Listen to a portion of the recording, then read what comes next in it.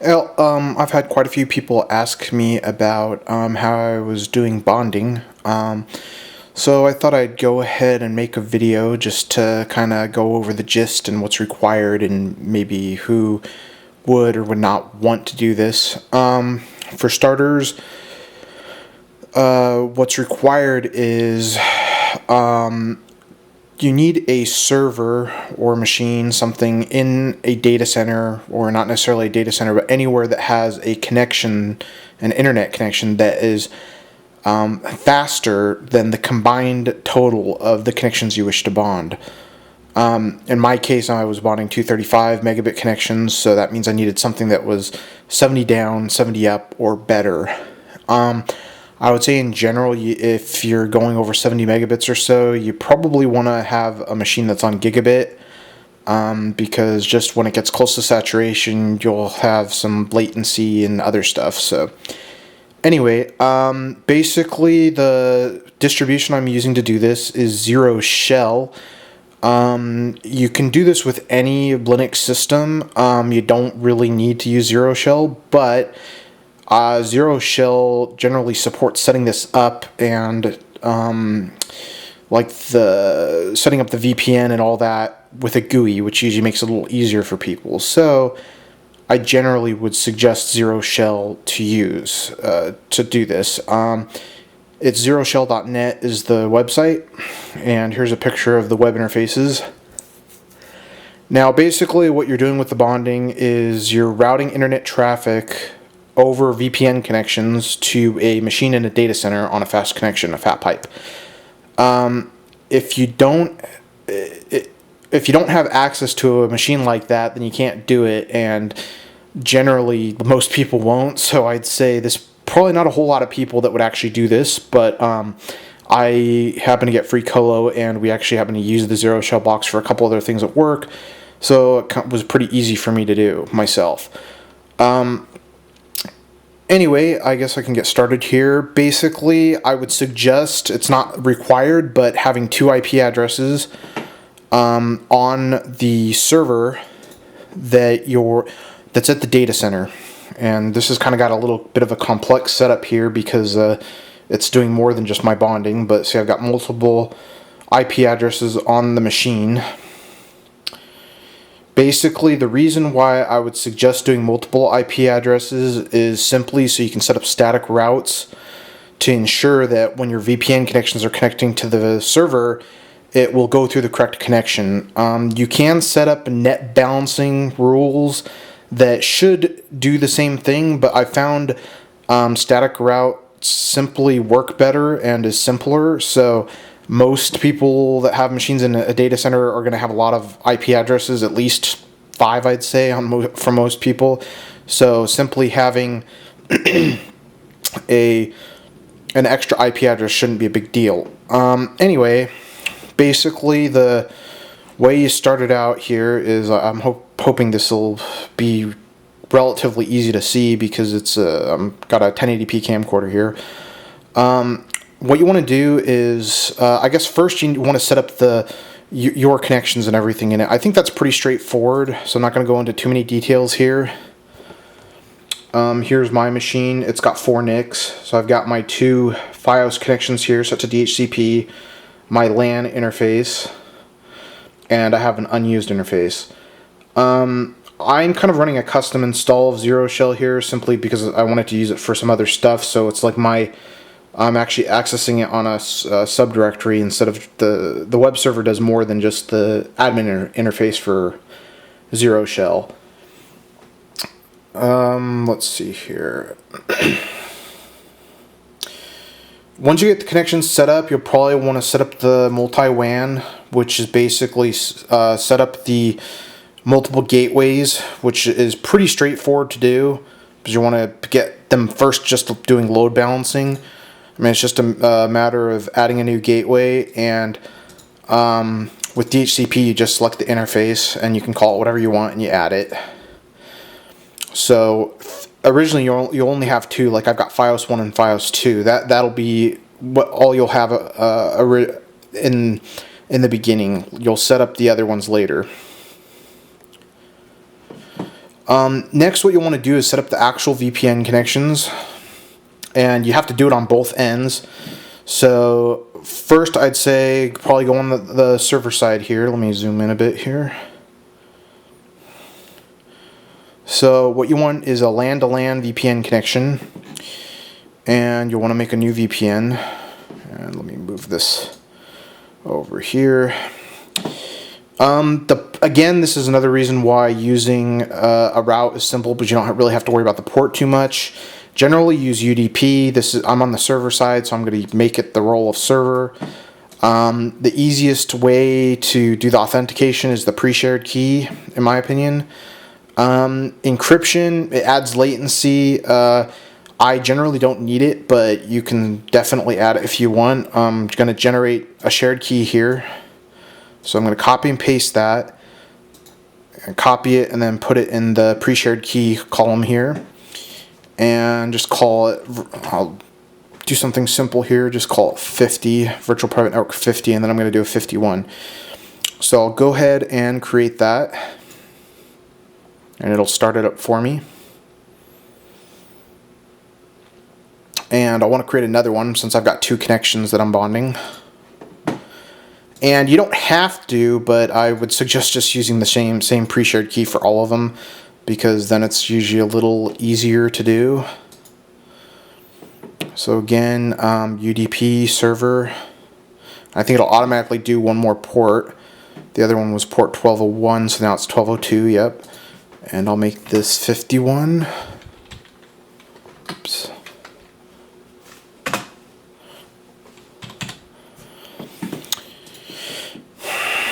And go ahead and save.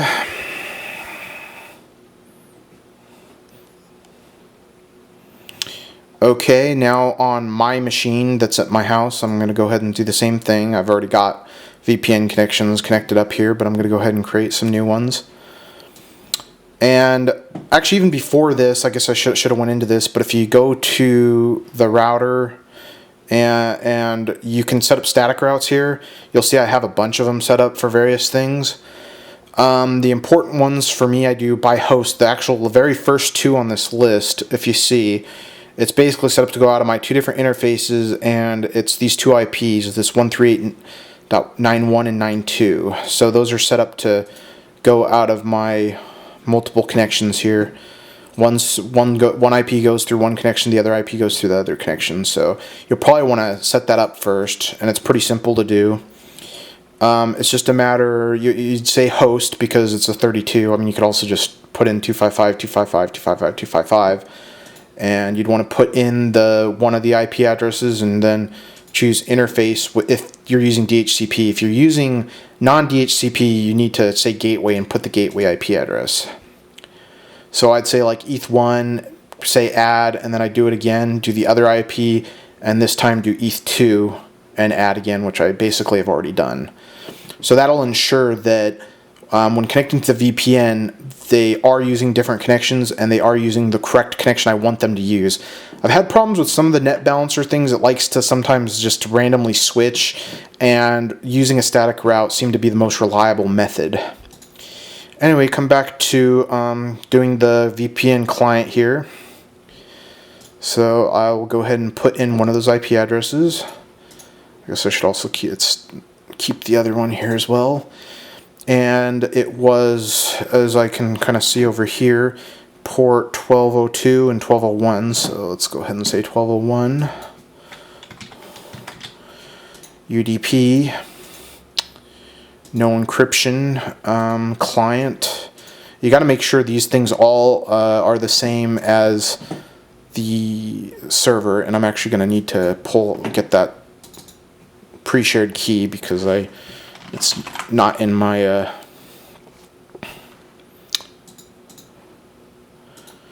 clipboard anymore. So we'll go ahead and paste that. And that should be good. Just go ahead and create the VPN connection. I'm also going to want to create another one here. And you can even see the, oops, I forgot to name it, but anyway, it's that VPN 03 down at the bottom, and it shows it's connected, which is what we want to see. I'll go ahead and create a new one. Again, pre-shared key. Paste my pre-shared key, no encryption, client, UDP. You can do TCP/IP, but everything I've seen suggests UDP works better. And let's see here. This time I believe I'm going to use what? Port 1202. So 1202. And I guess I'll just call this 2. I have kind of better descriptions on the ones I set up. I'm just kind of going through this a bit fast. Whoops, what did I mess up? Oh, I forgot to put in the IP address here, which is going to be .92.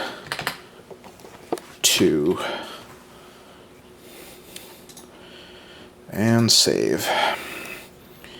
And this basically should ensure that my VPN connections are going through my multiple connections here. So here's my 2 new ones I just created right here. Right here, these 2. And they're both connected, which is what I want to see. Sometimes it says the same IP address simply because all outgoing traffic by default is going to go out of the main IP interface.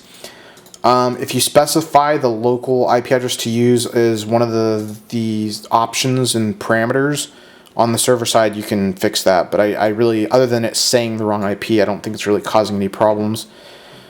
Okay, now on the server side, I should be able to see my 2 connections now, and they should have been on different, but they're showing the same IP address here, so that's a problem. So it's either because my static route or because I'm guessing that it's maybe I do need to have the interface option here, which I can pull off my. That's maybe why I did that. It's been a while since I've done it, so I don't remember everything. There's a -- local option, and you can specify the IP address. So one was .91 on port 1201. Okay, so what I'm going to do here is add a parameter, and I'm going to make sure it equals the IP address that I specified to connect to.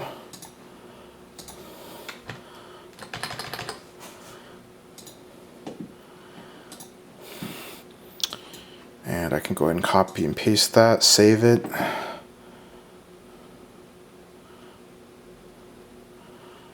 And then the other one's going to be, whoops, .92.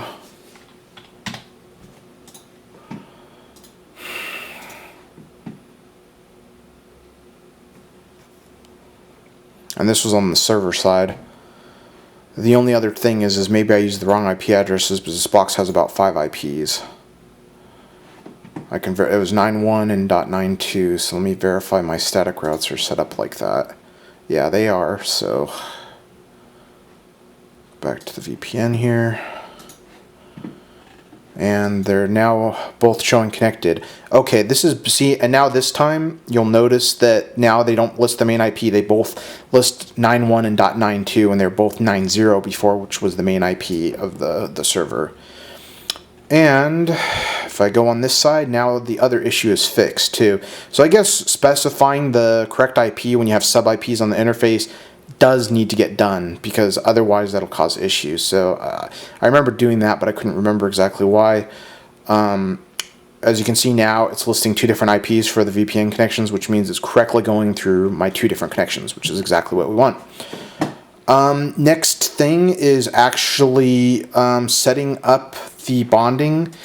It has to be done on both ends. You don't actually need to assign an IP address to the VPN connections, because they're just going to basically be slaves. These are the 2 new ones I set up. They're going to be just slaves of the bond interface, and you'll want to set an IP on the actual bonded interface. So I'll go ahead and set up a new bond interface here, and the VPN 6 and 7 are the 2 that I just set up here. So I'm going to make this new bond interface with 6 and 7 in it. and fault tolerance and load balancing I would suggest. It says load balancing, but it says it's load balancing of packets, not really load balancing in the traditional sense. So you do actually get more throughput on a single connection due to the fact that it's just alternating packets versus load balancing connections. So I'll go ahead and create the new bond interface, and then I want to do the exact same thing on my end. Oops, need to go over the network here, and new bond, and VP. In this case, it's VPN 3 and 4, and so go ahead and create that. And then now you'll see I've got 2 bond connections. Both of them are up. Let me refresh here. Okay. Next, what you want to do is assign an IP address to both. So we've got the server end here. I typically use the standard /24 in CIDR, i.e. having .1 as a gateway. So I typically will do that. You want to hit, well, not add IP because it doesn't have an IP address yet. And you can just make this anything you want. In this case, I'm just going to make it 10.99.50.1. And because it's a 24, it's 255.255.0 here. So basically, that's the settings I'm using. And I'm going to do the same thing on my end, except instead of the IP address I'm going to do is, instead of being .1, I'm going to make it .2. It can really be anything you want.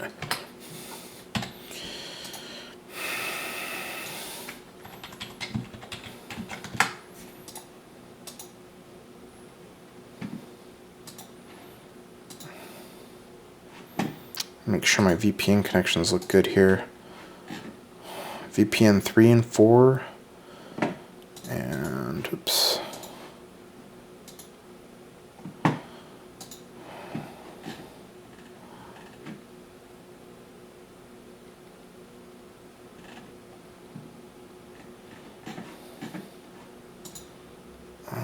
Bond. Seems to be giving me a problem. I don't know. I'm thinking it might not have brought up my bonded interface for some reason. Maybe I'm going to go ahead and remove my VPN connections here and try creating a new one. Might be with some of the modifications I did. I've noticed that I've modified the zeroshell install so much that, like, it works fine on the other one because it's default, but on mine I've made some modifications here. So let me see if I can create a new bond again. Maybe it was simply because it didn't have a description.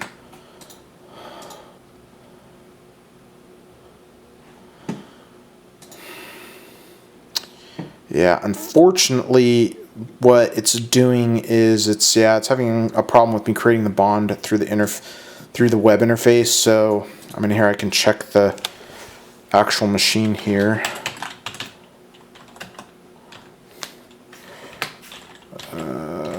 Bear with me for a minute here.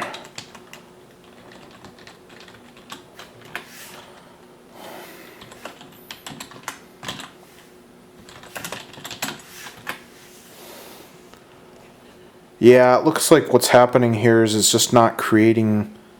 It's got bond 0. It's just not creating the other bond interfaces for some reason. I'm even running a custom kernel here, so for just sake of argument here, it doesn't really matter because I've already got one set up here on bond 00. I'm going to go ahead and just remove these from the web interface.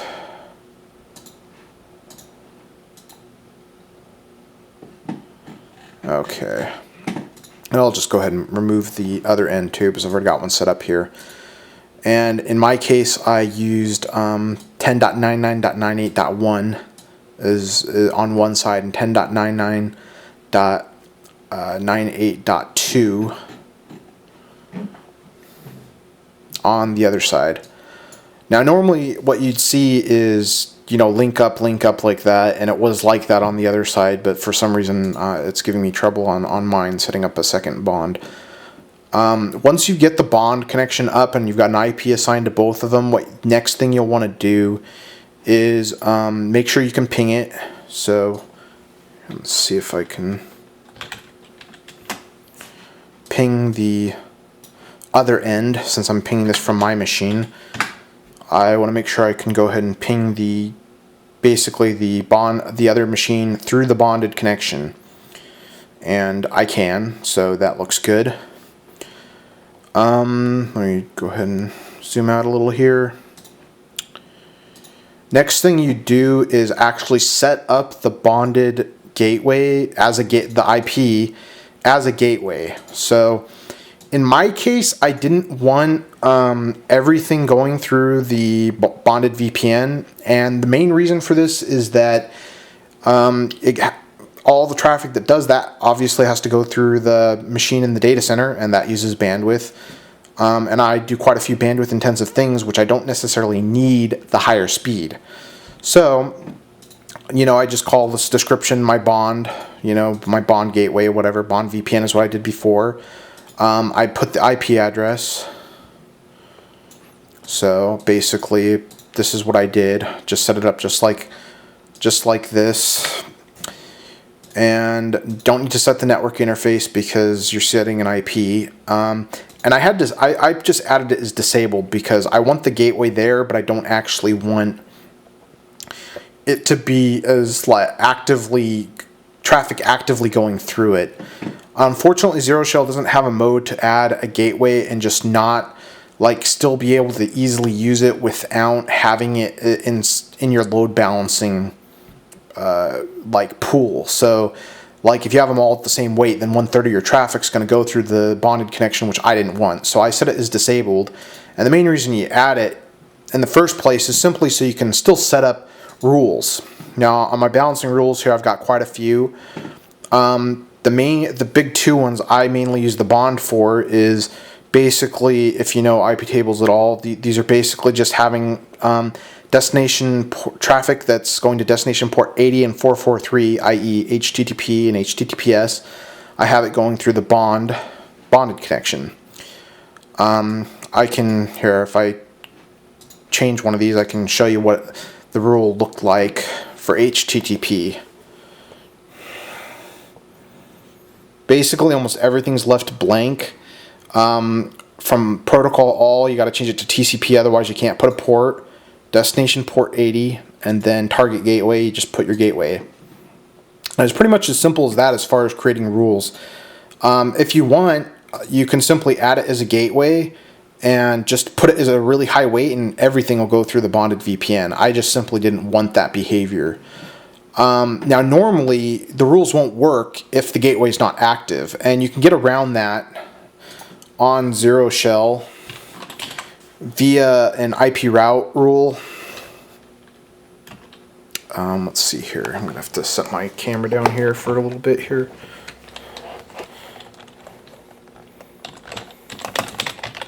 Okay.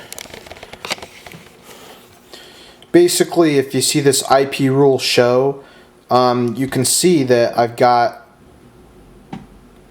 this FW mark is basically how the packets are being marked by IP tables. If I go to my balancing rules again here, you'll see that basically it's saying to set mark 0669. So this 069 is my gateway, or it's basically my bonded gateway. You can figure out, if you notice, you have a lookup and it's in decimal, and all it is basically this is hex and it's being converted to decimal. So I've got basically 69, which is 105. I mean, there's a bunch of different ways you can convert it to hex and decimal. I'm just using BC to convert the decimal, but it'll just line up with whatever the hex was. So I'm gonna try to get this a little cleaner. I know it's getting a little blurry there. Basically, the decimal form for 69 is 105. So normally, what you would see here is you wouldn't see this one right here, this line, because I had to add it myself. It wasn't added by default because the gateway wasn't active. So all it really was is all this second line, I mean, it's just like the other ones, is from. The only thing I did to add this was basically add IP and then rule and then add. Oops. So I basically just did this line right there, so my rules take effect even when it's, and not having all traffic being routed through the bonded VPN. So basically what I've got here is just HTTP traffic. The other thing you can do to specify specific behavior, and this doesn't even require setting up the gateway and the net balancer, is add a static route. And when you add the static route, you can simply use the bonded gateway, and you can do it to a specific network or a machine. Like in my case, I have one set up for my server, which I do a lot of rsyncs from.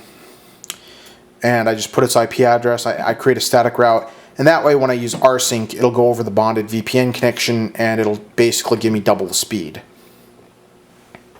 This was the main reason I set up the bonding, because doing single connection type of traffic is able to get much faster speeds through the bond, basically double or triple if you've got 3 connections.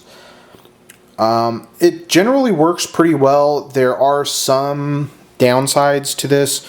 Part of the problem with doing round robin for balancing the packets through the interfaces is it's just basically alternating interface for each packet sent. And because of this, because of the differences in latency and stuff like that, one of the downsides of doing this is you get out of order packets. And the biggest downside of this is if it's really high latency, it can cause throughput bottlenecks. I mean, luckily it's pretty good latency from my machine to my server that I'm doing the bonding through. But if you have higher latency, then it's probably not going to give you very good performance. One of the downsides of it, though, even with being good latency, is that you'll get a lot of acknowledgement packets, like when you send basically when you're downloading something and whatnot, and you're receiving data from the server. Well, every time when you're receiving packets, you send a packet back, saying a much smaller packet, saying, "Hey, I received this packet," and that way the server knows not to have to retransmit it. Well, when you get a lot of out-of-order packets like that, you get a lot of acknowledgement packets retransmitted, and they're generally small, but it can double the amount of data used on the upstream when doing downstream. So, like normally, if you downloaded it 50 megabits and you'd use 100 kilobytes a second upstream, now it might be 150 or 200 kilobytes a second. But it will allow for your connection to be basically double the speed or triple the speed, whatever it might be. The only real thing you need to do on the server side of things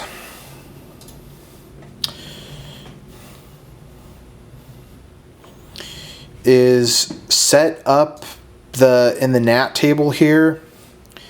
You want to make sure that NAT is enabled on the interface on the server. So basically you can route internet traffic through the VPN over the physical Ethernet port on the server. I'd say that's pretty much everything. I don't know if there's any other thing I'm forgetting right now. I just kind of decided to go ahead and throw together this video. I didn't prepare that much. I'd say I'll go ahead and post this on YouTube.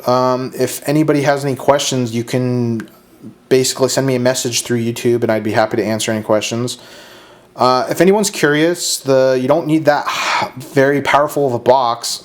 If you can see up here, the one I'm using at my location, if I can get this damn thing to not be blurry, it's only a Atom 1.6 gigahertz Atom CPU, and from tests I've done, it seems about fast enough, at least without encryption, to do about 200 megabits of throughput on bonding. And it's a pretty low-end Atom box. So I would say almost any old machine will work. I'm trying to think if there's anything else I needed to say here before I finish up. I'd say that's probably it. You can kind of see my server is on the same network as the one that's the ZeroShell box. So, like if I trace route my server, here we go. You'll see it actually, whoops, yeah, this is, ZeroShell did not have traceroute installed, so I actually installed it. Let me do this actually on my, not on the ZeroShell box, but my machine behind it. You'll see the traceroute is really low, and you can see it going, it's really small, a very small number of hops, because it's basically staying within the same network. And it goes basically through my ZeroShell box, and then over the bonded VPN, and then basically one hop that's at the network where my server is to my server. Now if I do like just another IP that's even on my server, but I don't have a bond, I don't have it set up to go through the bond, you can see that the route's much bigger. So you can see that it's taking effect. Also, because the fact that you're routing traffic through the remote server, this means that all remote servers are going to see the IP address of the bonding box, not your own ISP. The way I got speed test to still report my correct ISP and stuff is I simply set up a static route to the IP address that speedtest.net runs off of, and had it go through one of my FiOS connections.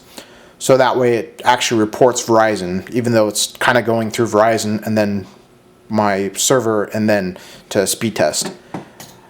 Anyway, definitely let me know, give me some feedback, and let me know if things need to get added or go into more detail, and I'll try to do a little better job. I really just kind of didn't go through this beforehand and just decided to make a video, since I probably had a good 6 or 7 people ask me how I'm doing this. So anyway, let me know.